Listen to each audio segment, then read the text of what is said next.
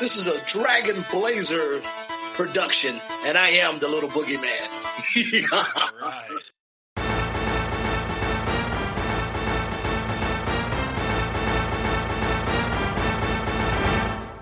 Coming down the aisle, it's the podcast tag team champions of the world, the Rage and Blaze Show.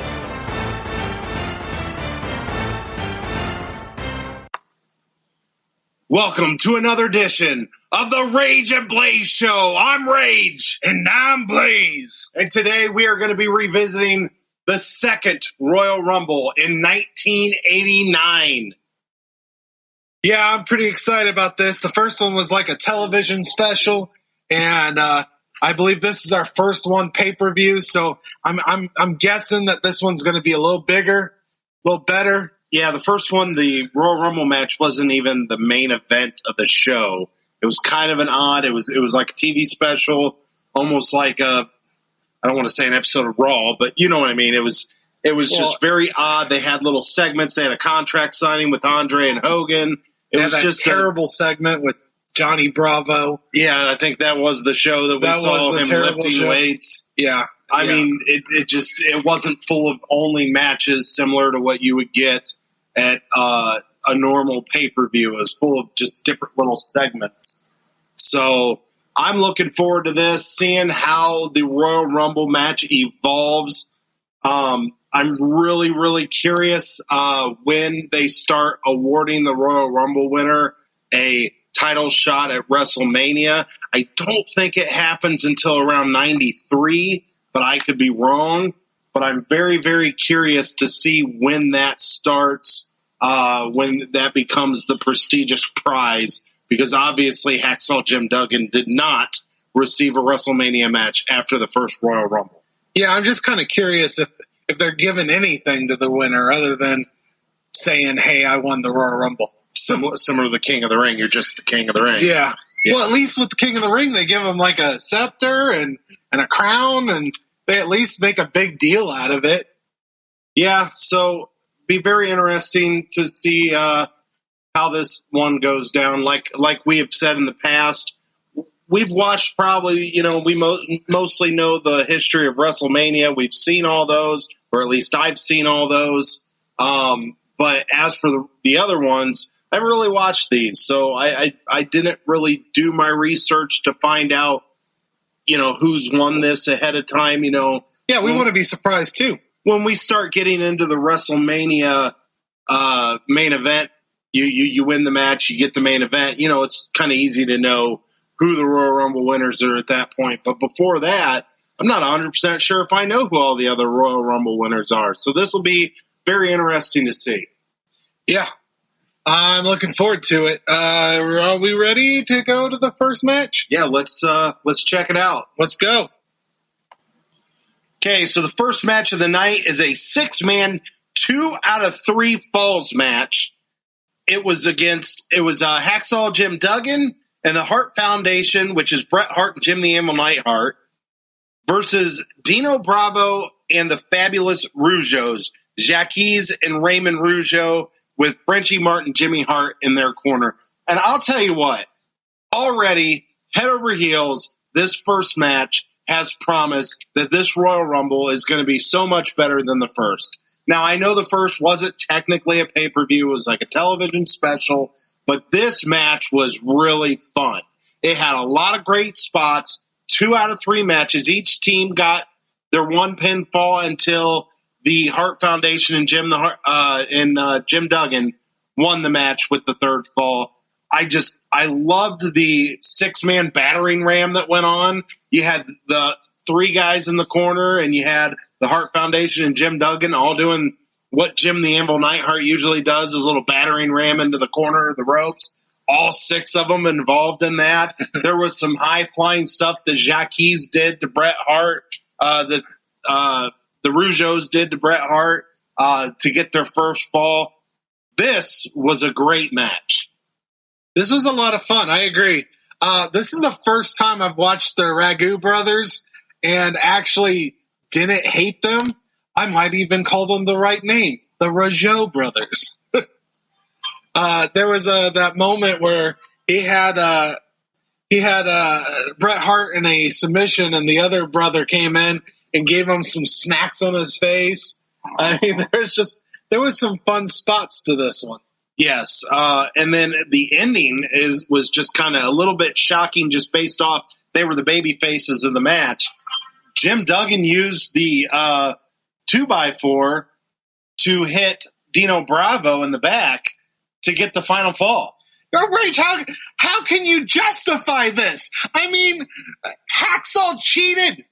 He cheated. He attacked Dino Bravo with that 2x4. Hey, any means necessary, right? Whoa. You keep yelling at me for justifying it, but you're going to let him get away with it? That's bullshit, Rage. Hey, they had to do what they had to do. The team of Raju and Dino Bravo, they constantly were breaking the rules throughout the match. They finally got their comeuppance at the end. Did you see that smug look on his face? Hacksaw Jim Duggan.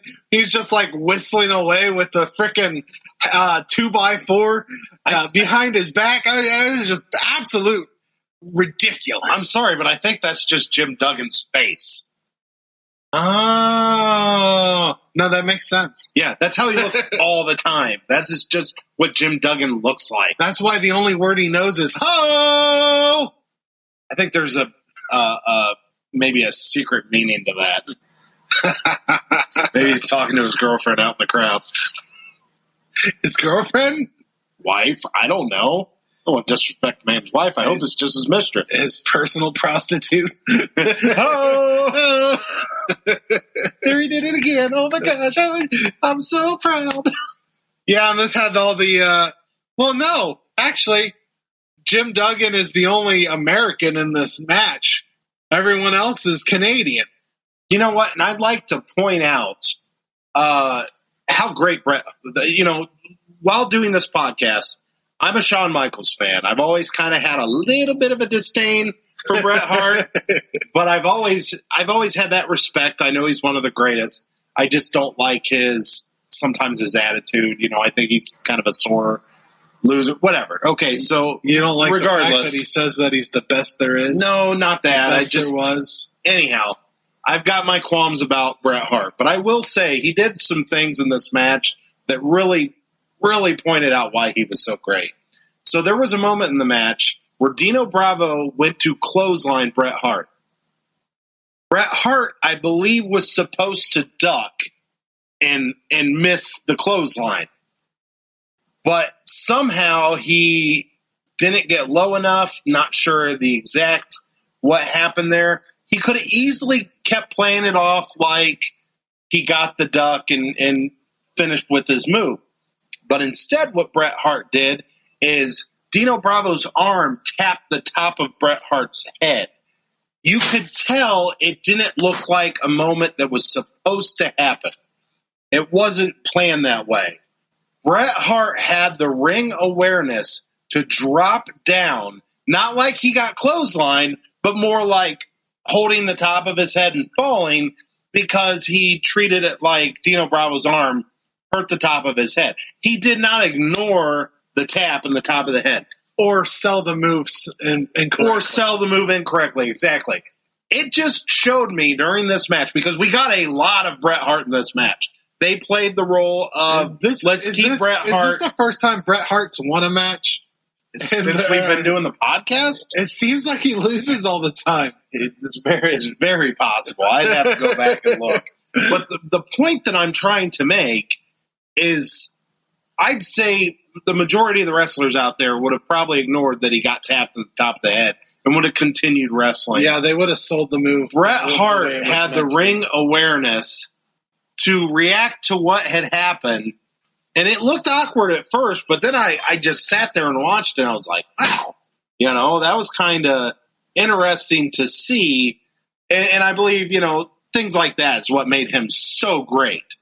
I think we've mentioned a few times on the show is our favorite, we like sales. We like people who can sell properly.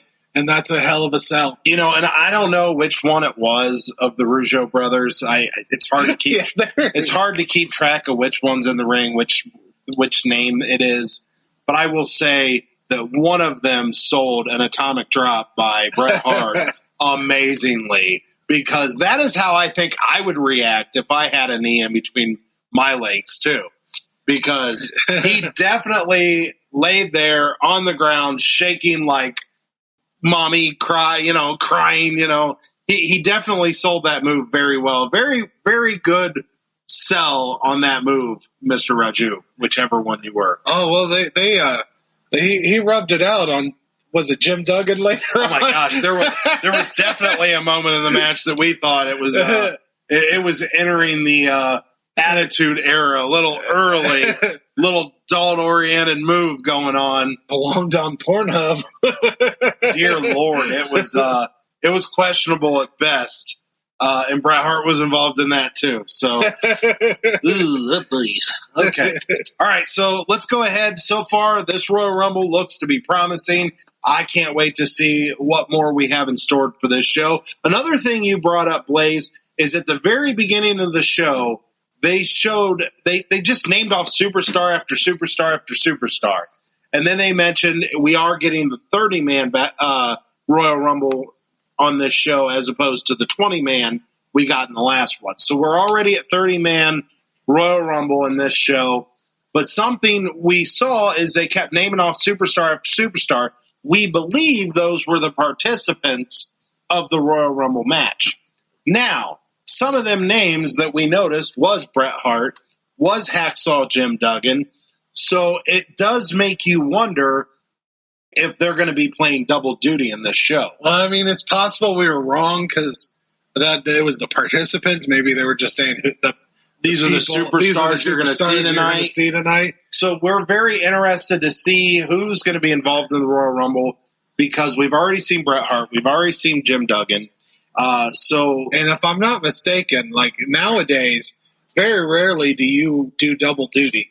If you're not in the Royal Rumble, if you're in a match before the Royal Rumble, you're normally not in the Royal Rumble.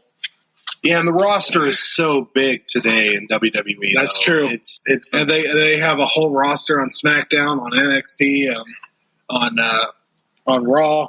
So you have participants from all three brands, and so yeah, it's a lot different today. But so I'll be interested to see if they do some double duty.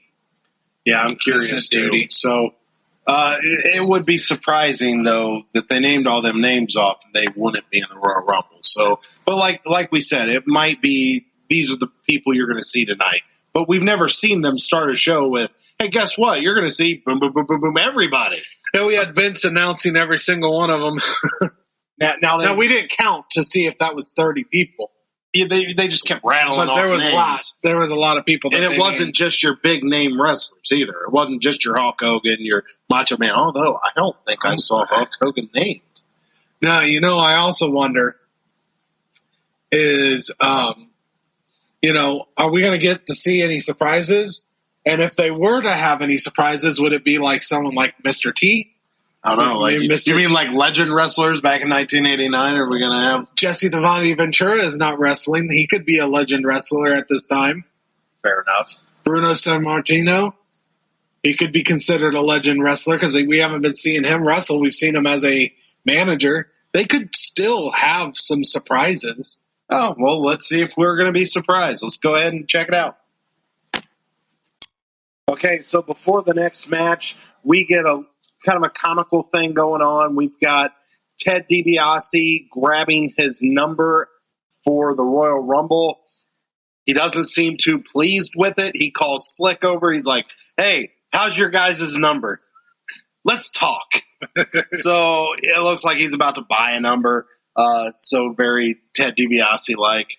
And then we get other wrestlers constantly grabbing numbers, and actually the majority of them seem to like it. So I'm guessing they all seem to get good numbers, I guess. I don't know if you can say the Bushwhackers were just happy with whatever. Yeah, so I'll tell you what, if I was $1 Million Man and I was a rich man, I'd be buying my number. So anyhow, so we got these numbers, they're drawn and everything, and then we move on to the WWF Women's Championship match. This is the champion Rockin' Robin versus the challenger Judy Martin. But before the match starts, we get Sensational Sherry in the ring, basically saying that she's more women than the two of them combined, and that she should be the next women's champion. So we go ahead and she goes on to commentating, and her commentating was actually better than the match. Now, not that the match was bad, it just wasn't special. There was no botches. The ending was kind of cool, but yeah, there was a little fake out crossbody, and this is the 80s where a crossbody can win a match. Right. So the match was decent. It just wasn't nothing to write home about. But then the real fun of this match was Sensational Sherry on the mic. Yeah, she was fun. Yeah, she was commentating with Gorilla Monsoon and Jesse the Body Ventura, and it was just a fun little, she constantly had things to say, called both of these women fat when neither one of them are fat at all. Judy Martin is not, Well, she's no spring chicken, but she's not fat. But anyhow, she's sitting there she called Rockin' Robin fat, and look how small Rockin' Robin is. Yeah, Rockin' Robin's a very small girl. And I cannot believe the ages of these women. Yeah, it's hard to believe that the one of the women was 34. The other one, I believe, was 25. And they look like they're in their 50s. Rockin' Robin looked okay. She looked 30s maybe, but she didn't look 25. She didn't look like she was just out of high school. Well, 25 is not just out of high school. I mean, ish. Okay. So anyhow, this obviously wasn't as exciting as the first match, but it wasn't horrible. It just wasn't special. It wasn't offensive. Well, they did call it the Ladies' Championship when they announced her instead of the Women's Championship. Well, actually, I take that back. That title is offensive. It is a really small and terrible looking title. Okay, so we're going to go ahead and keep it going. Okay, so the next thing we get is a little segment with Slick and the Twin Towers, where he gets asked about the incident that had happened earlier in the night with Ted DiBiase, asking him about his number. Slick obviously denies it, and then they show him the video clip. And then Slick's like, stay out of my business. Yeah, I'm kind of wondering if this is like setting up for Slick sold one of their numbers without telling them, and like one of them is going to get mad at Slick, and this is going to be like a breakup of sorts. Yeah, I'm curious what this is going. Like, they didn't really make much of a reaction. Yeah, neither one of them made a reaction. Matter of fact, Akeem just kept dancing like that's all he knew to do, and Big Boss Man kept hitting his nightstick up against his hand, like totally oblivious to the conversation that was going on. They just kind of was posing for some reason. It was kind of awkward.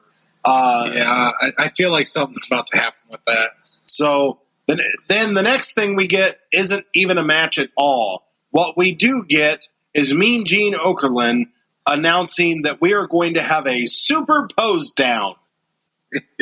Yeah. Super pose down. And it's kind of a funny little segment, but what we get is we get Ravishing Rick Rude with Bobby the Brain Heenan out there versus the Ultimate Warrior in a super pose down. So what this is they're just flexing their muscles. Yeah, you know what? Last Royal Rumble we had that terrible Dino Bravo weightlifting segment. At least this was somewhat entertaining. Yeah, it was more entertaining than the weightlifting. Because you had you got Ravishing Rick Rude being a heel, bragging and all this other stuff, and you have Ultimate Warrior. Yeah, he's getting angry. So what does the one do when they get angry? Mumbles and flexes his muscles. Yeah, he grunts angrily. And the sad thing is Ultimate Warrior definitely has bigger muscles, but he wasn't doing it in your traditional I'm posing way. He's just doing it like, roar, roar, where Ravishing Rick Rude is doing it slowly and meticulously, trying to show himself off it.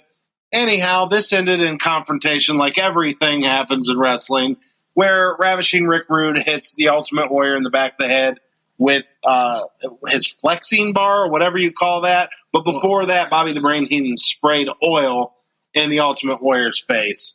So this ended in confrontation, which I think we all knew it was going to. But it was I guess a funny-ish segment. I'm hoping these two are in the Royal Rumble later and we get to see them battle. Yeah, I think that's definitely going to be setting up for some Royal Rumble action. They're going to be feuding. You know how it is with the Royal Rumble. You normally have, wrestlers that feud. They always see each other in the ring, and, one of them takes the other one out, Yeah. You build up feuds in these Royal Rumbles to kind of build up a match for WrestleMania. So, speaking of WrestleMania, we also get a promo. Well, not a promo. We get an advertisement for WrestleMania 5. Yeah, it's starting to pick up. Yeah, they're starting to build it up, kind of making a big deal out of WrestleMania. Starting with this year, it seems like the first time we've seen them do that. Yeah. Really advertise for WrestleMania. So this is definitely showing that Royal Rumble is definitely the build-up to WrestleMania. The road to WrestleMania, one might say. Okay, so hopefully the next segment, maybe we'll get a match. We'll see what we get. Okay, so before the next match, we get a couple promos from managers. We get interviews. Interviews. You get one from Mr. Fuji. Then you get a Miss Elizabeth one, which was very interesting because Mean Gene was asking her, who you rooting for in this match? Is it Hogan or is it Savage? And she's like, I hope it don't come to that. Little old me don't want to make a decision, blah, blah, blah. Okay. So then we get, after that, we get Jimmy Hart. Jimmy Hart, yeah. So now that those are out of the way, next thing we get Jesse the Body Ventura kind of sitting in a crown, kind of promoting the next match that we've got King Haku. He was sitting in a crown? Sitting in a throne. I apologize. He was sitting on a crown. It was very pointy and painful.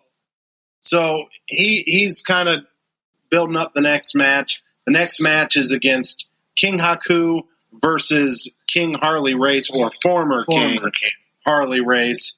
And apparently Bobby the Brain Heenan is the manager of both these wrestlers. King Haku comes out with an elaborate entrance. He gets carried out to the ring by 4 guys on a throne. So this is about the most elaborate entrance I think we've seen so far. And then we get, right afterwards, King Harley Race comes down on a mission and just goes down and throws him off that throne. Yeah, he knocks him off his high horse. So this match was kind of littered with a bunch of botches. It was a very sloppy match. I don't even know if I call all of them botches. Like, this was just a lazy, terrible match. Like, the moves, that looks like they put no power into them. They just looked like they were lazily doing everything. It is against 2 kings. Fair enough. I mean, okay. Yeah. I mean, sure. I mean, even the pile driver, I believe it was Harley Race does on Haku, just like he just sat. Yeah, the best move out of this whole match was a super kick to end the match because it ended the match. Yeah. But actually, it was a pretty good super kick. Harley was pretty good. But there was a lot of just unnecessary flopping by Harley Race. Yeah. Awkwardly falling out of the ring when I don't even think he got hit. I love a good weirdness. I love a good sell, but none of these were good sells. Like, they didn't seem to fit the move.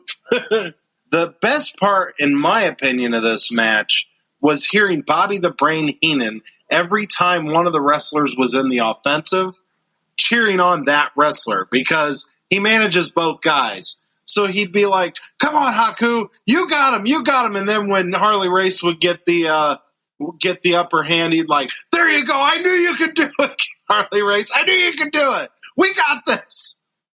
So that was probably the best part of the match, was Bobby the Brain Heenan literally going back and forth on who he wanted to win because he manages both guys. I'm glad you found something good about this match, because I really didn't find much.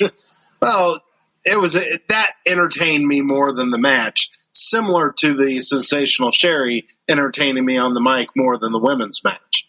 I will say this. I can already tell you right now that was probably my worst match of the night.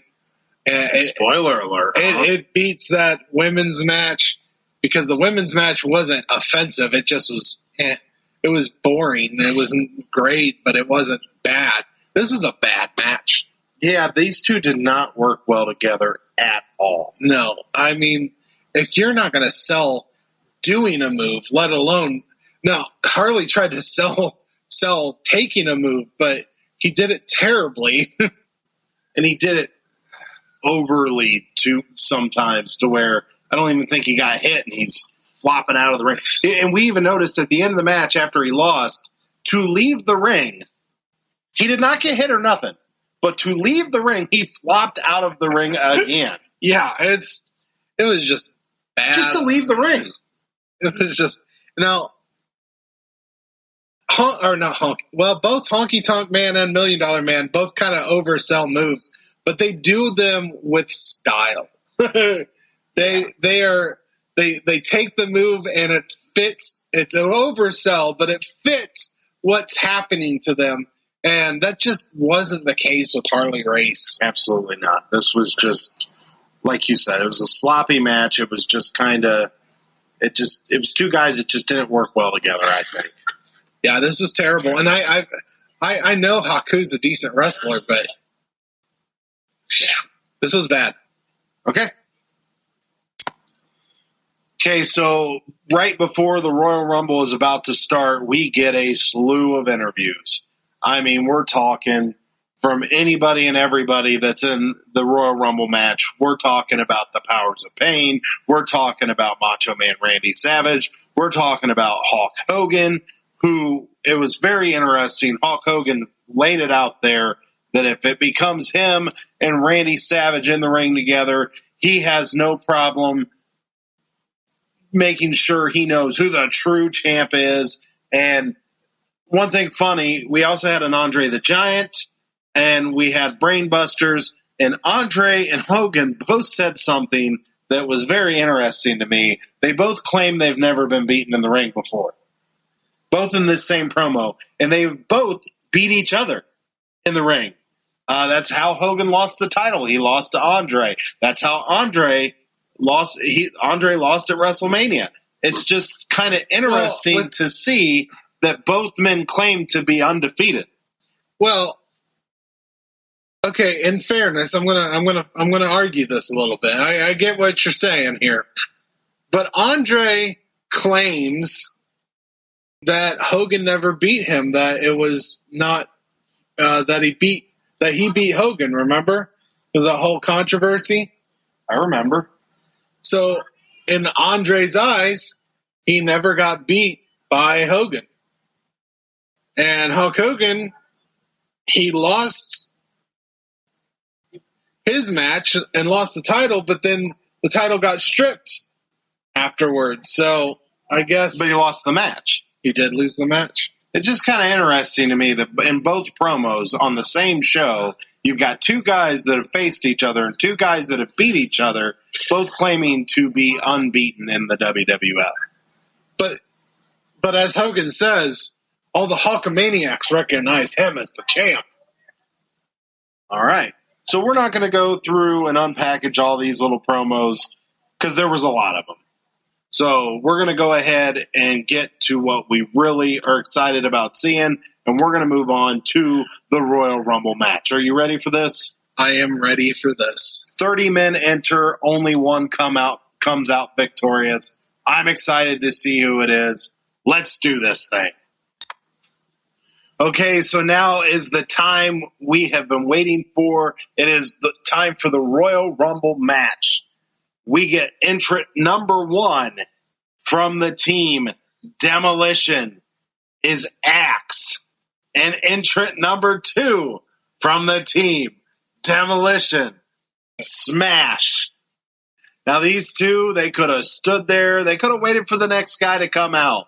That's not what they do. They like to fight. They start pummeling each other. They don't even wait till the bell rings. They're just like, let's fight. Smash runs in, starts punching, throwing blows. Axe returns the favor. Is very interesting. They're a tag team, but they decided to go at each other right away. So then number 3, and here's where the fun starts, Andre the Giant. He comes out, and now it's Demolition versus Andre. And Andre was kind of beating the crap out of him for a few minutes there when it was just Andre versus Demolition. Yeah. So I believe Andre eliminated Smash before our next entrant, didn't he? No. No? It was after the next entrant.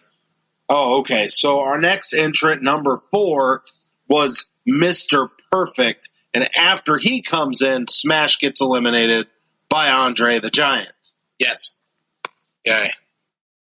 And of course, there's a theme here. Literally everybody that has came in the ring so far has went after Andre the Giant. It's a big team up, pretty much. So we got our next guy, Ronnie Garvin.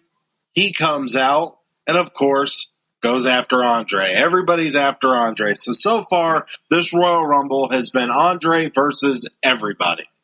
You're not wrong. So then we get Greg the Hammer Valentine. He's number 6 entrant.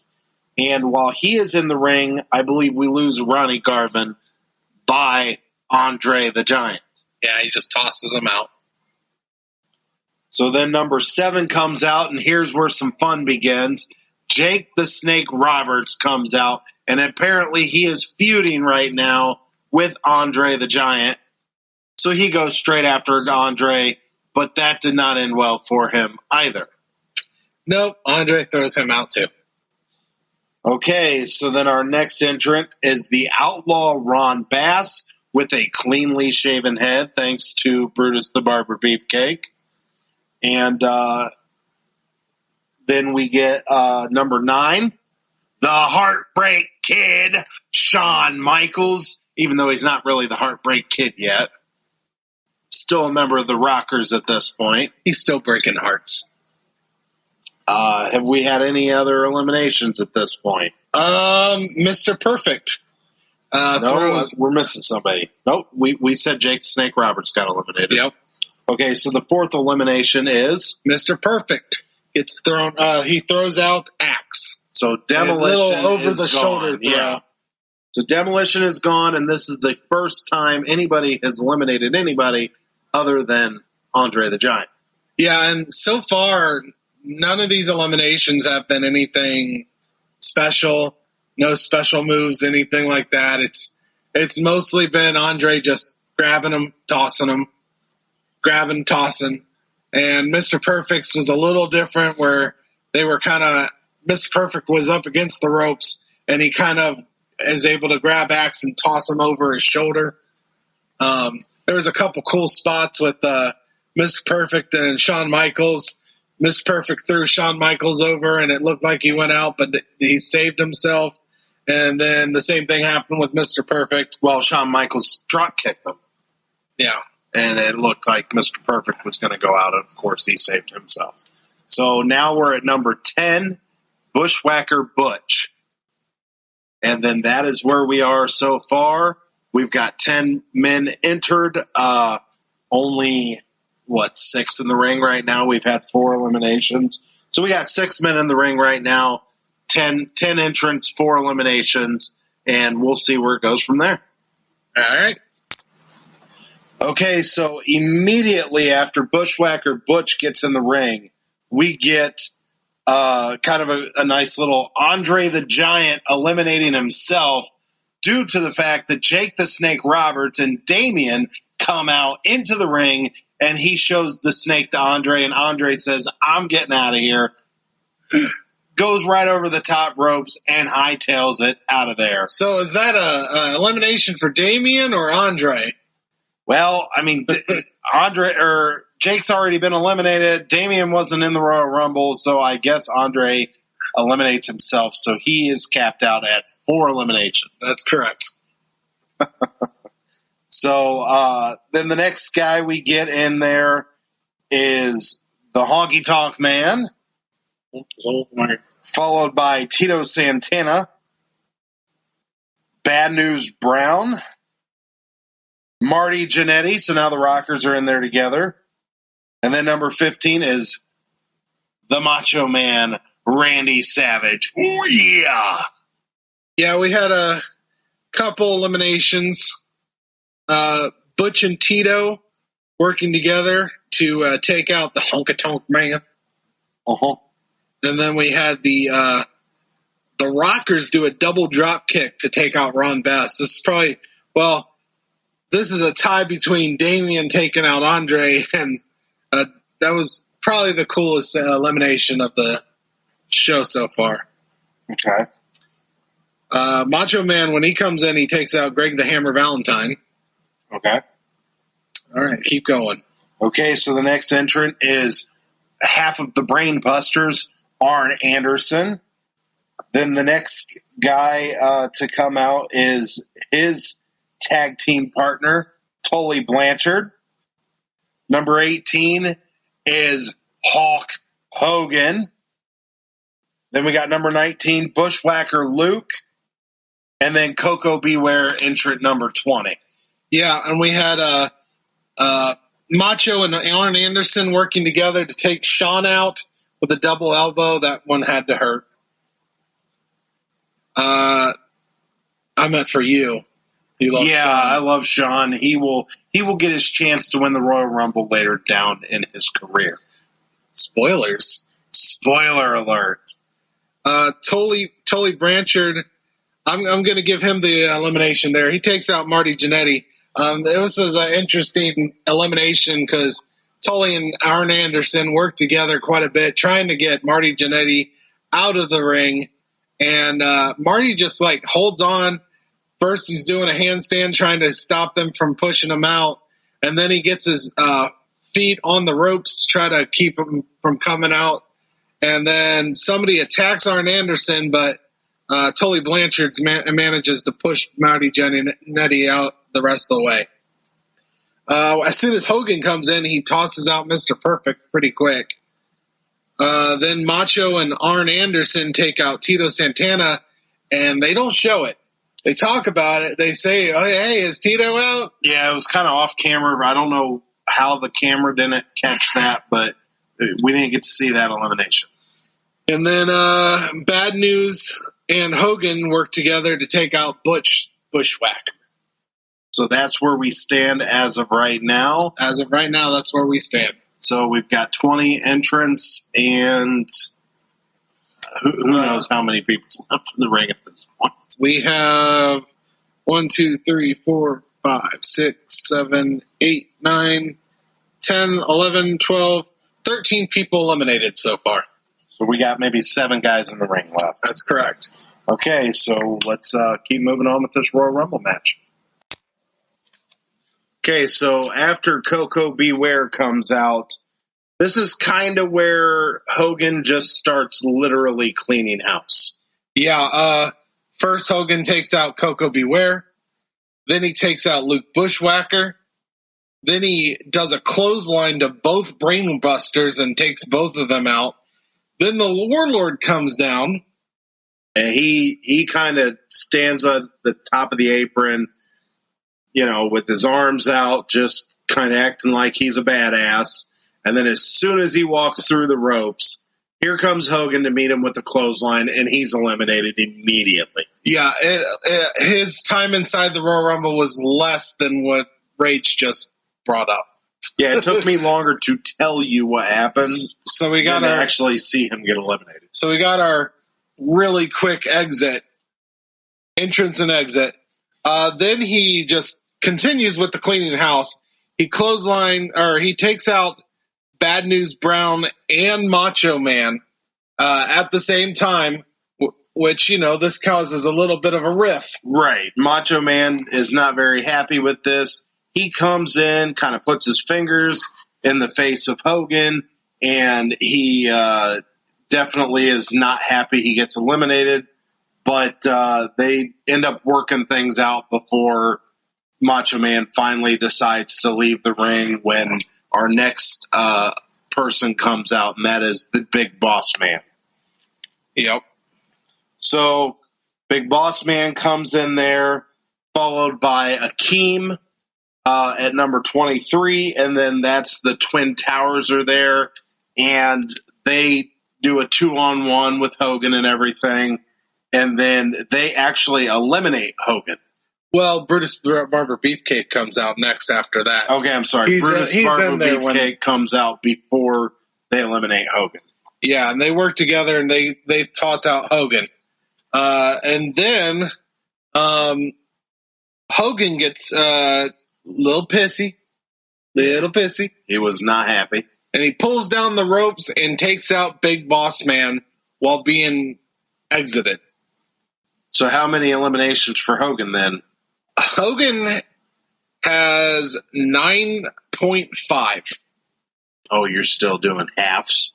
Well, yeah, he had 9 eliminations by himself, and then there was one time he worked with someone else to take someone out. Okay. So that's Hogan's end, and I don't think anybody's going to be able to top that. I don't think there's enough competitors left in the ring to top that. Yeah, so Hogan is probably definitely our number one person this Royal Rumble for most eliminations. Okay, so the next wrestler to come out is the Red Rooster. Then we get the Barbarian. Then we get Big John Studd, Hercules, Rick Martel, and then the final entrant is, of course, the $1 Million Man, Ted DiBiase, which we obviously seen at the beginning of the show or in the middle of the show. He bought his number. Yeah. Ted DiBiase eliminates Red Rooster with a pretty cool Irish whip to the corner, and then Red Rooster just kind of rolls out after that. It was pretty cool elimination. Then we have DiBiase and Barbarian tossing out both Hercules and Brutus the Barber Beefcake. And then Rick Martel drop kicks the Barbarian out. And then now we are down to our final 4, which is Rick Martel, Ted DiBiase, Big John Studd, and Akeem. Okay, so we are down to our final 4, and almost, I wouldn't say almost immediately, but pretty quickly, we get another elimination. Rick Martel is eliminated by Akeem. Yeah, Akeem body slams him out of the ring. And then we're down to the 3 men in the ring, 2 heels, 1 face. So you get some little fun thing going on with Ted DiBiase pretty much trying to order Akeem to beat up Big John Studd, and he's kind of sitting there like, hey, hammer him. Well, while he's doing this, Big John Studd grabs Ted DiBiase while Akeem is trying to do an avalanche in the corner, and he pulls him in front of him, and Akeem gets $1 Million Man in the avalanche. And due to this frustration or confusion, Big John Studd eliminates Akeem immediately afterwards. Yeah. So that was a fun little spot. So now we're down to our final 2, which is Ted DiBiase and Big John Studd. Yeah.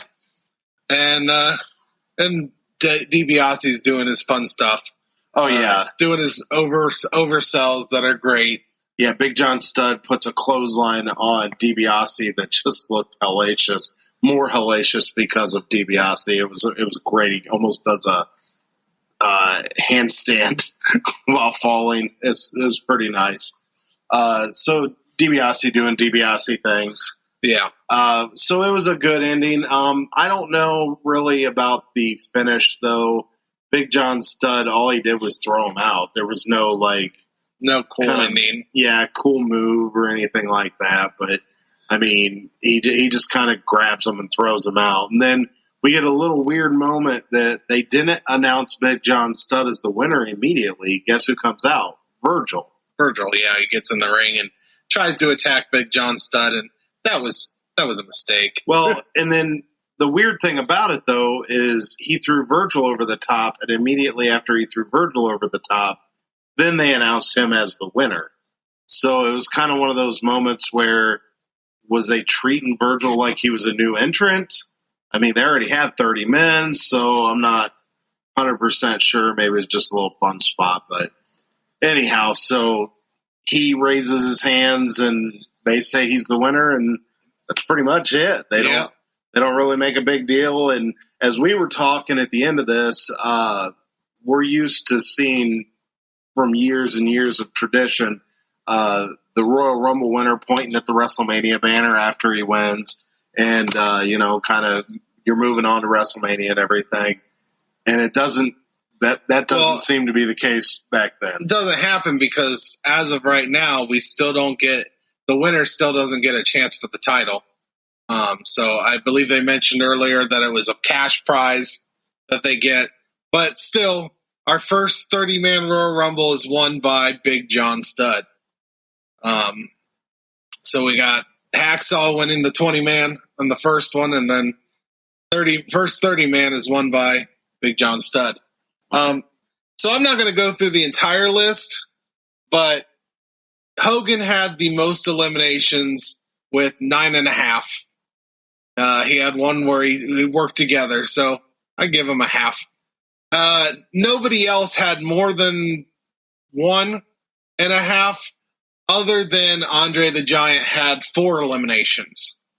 So pretty much the only people to go more than just one full elimination was Andre the Giant, and then Hogan had the most, but did not win the match. No, Big John Studd had 2 at the end. Okay, yeah. So Big John Studd had 2. Akeem had 2, actually, now that I look at it. Wow. Yeah, Akeem, because he body slammed Martel. He already had 1.5 before that. So he helped eliminate Hogan. That's right. So Akeem had 2.5. Big John Studd had 2 as well by eliminating DiBiase and Akeem. But for the most part, everybody had about 1. Okay, so that kind of concludes this. We get a little bit of a still shot, very 80s montage at the end of the show, just kind of highlighting the show with still shots of things matches that take place and moments and everything. And that's concludes the end of Royal Rumble. Oh, I almost forgot to mention, if you watch current Royal Rumbles, they normally go through a little bit of stats. And I believe, if I'm not mistaken, it's still to this day, the number 27 entrant has won the Royal Rumble the most times. And in this Royal Rumble, guess what Big John Studd was? Number 27. The number 27 entrant. So it starts with this one. Obviously, there was no 27th entrant in the last Royal Rumble we watched because it was only 20 man. So the first 30 man, number 27 wins it. Okay, so we might have to keep a look at that. Yeah, we'll have to keep track of that and see how accurate that is. So I guess next thing we need to do is our little segments. Yeah. Favorite match of the night.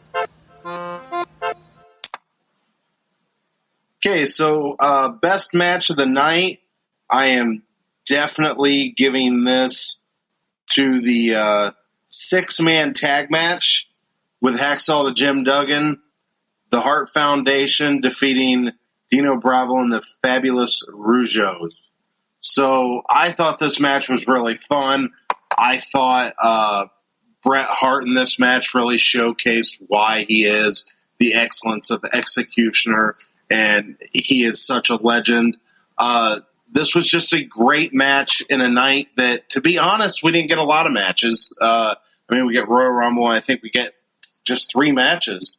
And unfortunately, the other 2 matches weren't very good at all. So, I think we had a very good Royal Rumble. I was happy to see the 30-man Royal Rumble as opposed to the 20-man. Still waiting to see the Royal Rumble winner mean more. But outside of that, when it comes to just the 3 matches we have to choose from, because as we know in this rule, we are not going to be able to choose the Royal Rumble as our favorite match because we think that would just be kind of ignorant to do. Yeah. We're just going to pick the best actual match of the show. And then the Royal Rumble is just, it's the Royal Rumble. So we're not going to treat that as a best match or worst match of the night. So I'm definitely going with the 6-man tag. I think it's a clear-cut and easy winner in the show. Can you choose the pose down? I guess the pose down wasn't a match. So, I no, the 6-man was the best match. I did enjoy that pose down, though. I just want to say that. I actually enjoyed it mainly because I love Rick Rude, and it got to showcase Rick Rude's craziness, and we kind of got to laugh at Ultimate Warrior a little bit. He was just weird and everything. But, yeah, the 6-man tag match, definitely the best match, other than, of course, the Royal Rumble that we don't choose. But, yeah, I'm going to agree with you. It's the 6-man match. Yeah. So that was pretty painless and easy then. Right?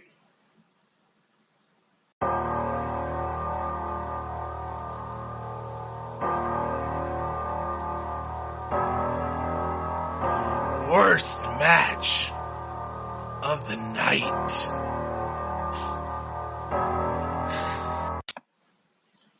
Okay, so the worst match of the night, I feel, is more of a toss-up. We had kind of 2 not really great matches, not bad matches. It's not a toss-up for me. I think it's a little bit of a toss-up. For me, I'm going to go with Rockin' Robin defeating Judy Martin in the WWF Women's Championship match. And the reason I'm going to do this is because my personal opinion is there just was nothing there. The only thing that really entertained me in that match was Sensational Sherry on the microphone. The other match that I'm pretty positive you're going to pick, the other match at least had a couple fun spots in it just to give me a little entertainment. I know it was a sloppy match. It was a bad match, but for me, there was just absolutely no fun, I wouldn't say fun spots, but great spots in the women's title match that really stood out to me.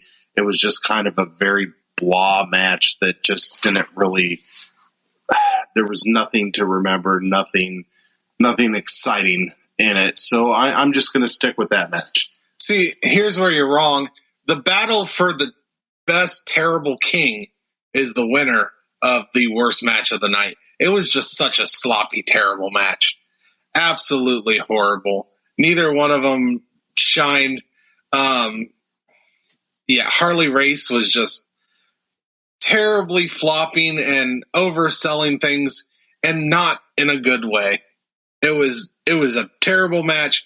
Yes, the women's match wasn't great either, but it wasn't as offensively bad. It just, was kind of boring. It just wasn't a good match, where the other match is just terrible. Okay, well, agree to disagree, which, like I said, this was kind of one of the matches where it was just kind of a toss-up for me. I just didn't feel like they were both bad matches. I mean, they really were. One was just sloppy bad.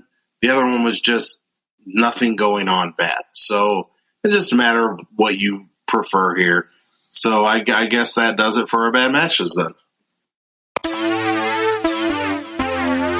Royal Rumble rankings. Okay, so far we've only got 2 Royal Rumbles to choose from, and this is kind of a tough one because we only have 2 to choose from. I thought the Royal Rumble match itself was head over heels better, and then the 6-man tag was really good. but the other matches sucked, and I'm trying to remember what all we got to see in the first Royal Rumble, but we saw that stupid strongman thing by Dino Bravo. I guess there was probably even less matches than the last one. Probably. I felt like as a Royal Rumble, this is definitely head over heels, the better one. But as a show in whole, I'm not sure if it is. But I guess I will give it to Royal Rumble 89 for now. We'll put them at number 1 and 88 at number 2. I'm probably going to do the same. The first Royal Rumble, it's unfair. It was a TV special, not a pay-per-view, but it's also worse than this one. This one, the Royal Rumble, is a lot more fun. It did have the one good match. Yes, it had bad matches on it as well. But I think with the Royal Rumble, you kind of have to really base it based on the Royal Rumble. Unless the matches are so bad, it overshadows how bad everything was. But yeah, I'm gonna go Royal Rumble last. This Royal Rumble 1988 or 89. Sorry, this is the 89 Royal Rumble. It's 89, yeah. Yeah. Is better. It's number 1 right now. Not saying much. First one wasn't that great. So out of the 2 Rumble winners we have so far, which one do you like better? Which do you think earned it their spot better? I guess, I mean, neither one of them lasted a long time. They both were kind of in there kind of late. I mean, Big John Studd was number 27 entrant, and when did Jim Duggan came in at 13 in his? So I guess he lasted a little longer. I actually thought Jim Duggan had a lot of better spots during his Rumble, but as an overall Rumble, I thought this was a more fun The Rumble. Rumble was better on this one. As a whole, the Rumble, but if you want to ask me about I'm just winners, asking about the winner. I'm going to say Jim Duggan, just because, I mean, he did like the 3-point stance, tackle, elimination, that was like stuff your favorite like that. elimination. Yeah, that was a fun. Oh yeah, we didn't really. Was there any elimination that you really enjoyed in this one? Favorite elimination would have to probably go to Hogan when he took out the Warlord for showboating. Basically, I guess that would probably be the best elimination, or maybe even Jake the Snake Roberts and Damien. That's my favorite. Eliminating Andre the Giant. Jake the Snake eliminating Andre. That was probably the best elimination of the night. But as an overall show or for Rumble, I definitely think this Rumble was better.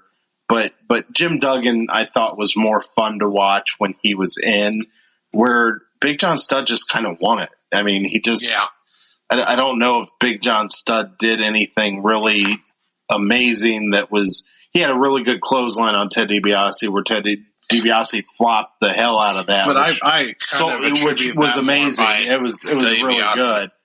But I don't think really Big John Studd did anything too exciting for me to be like, oh, yeah, he was definitely better of a winner. So I'm going to give it to Hacksaw. I agree. Duggan was the better winner. All those reasons. Because, I mean, the best parts of Big John Studd was because of DiBiase, not him. So, yeah. Okay. So there we go.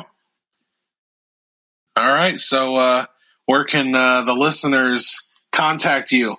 Oh, plug the pluggables, huh? Plug the pluggables. Okay. So they can find us on Facebook at The Rage and Blaze Show. They can find us on Instagram at The Rage and Blaze Show. They can find me on Twitter at Ricky Rayberg.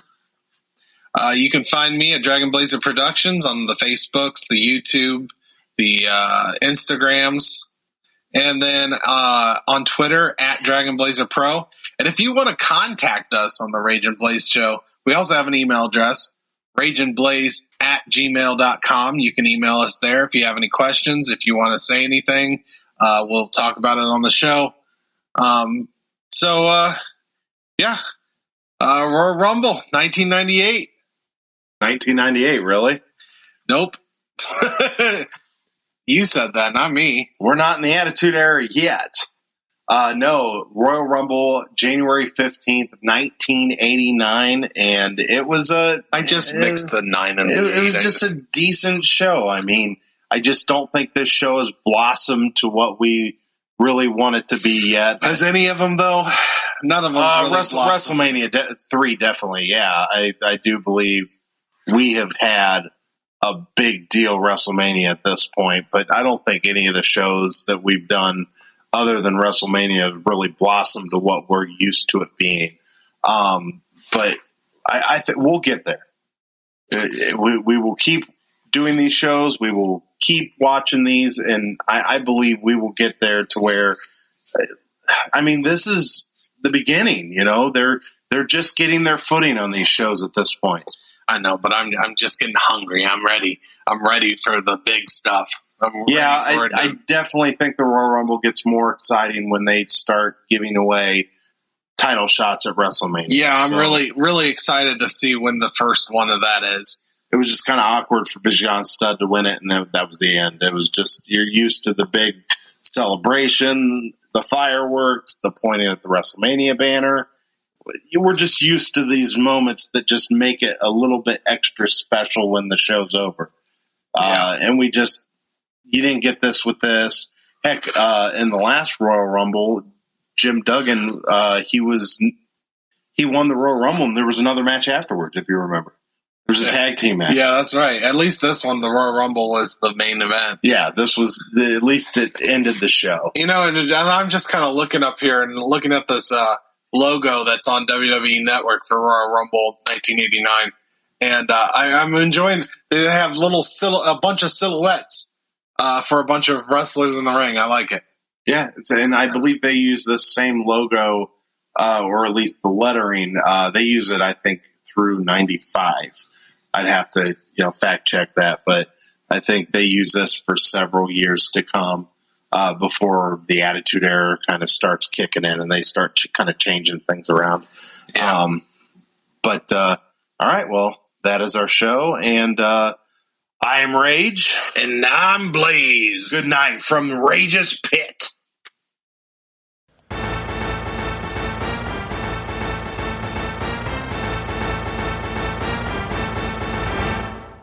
And here is your winners, and still podcast tag team champions of the world, the Rage and Blaze Show. Thank you for listening.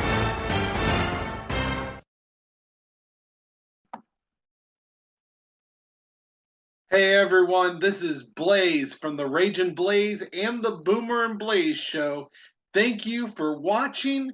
Please like and subscribe for more wrestling content.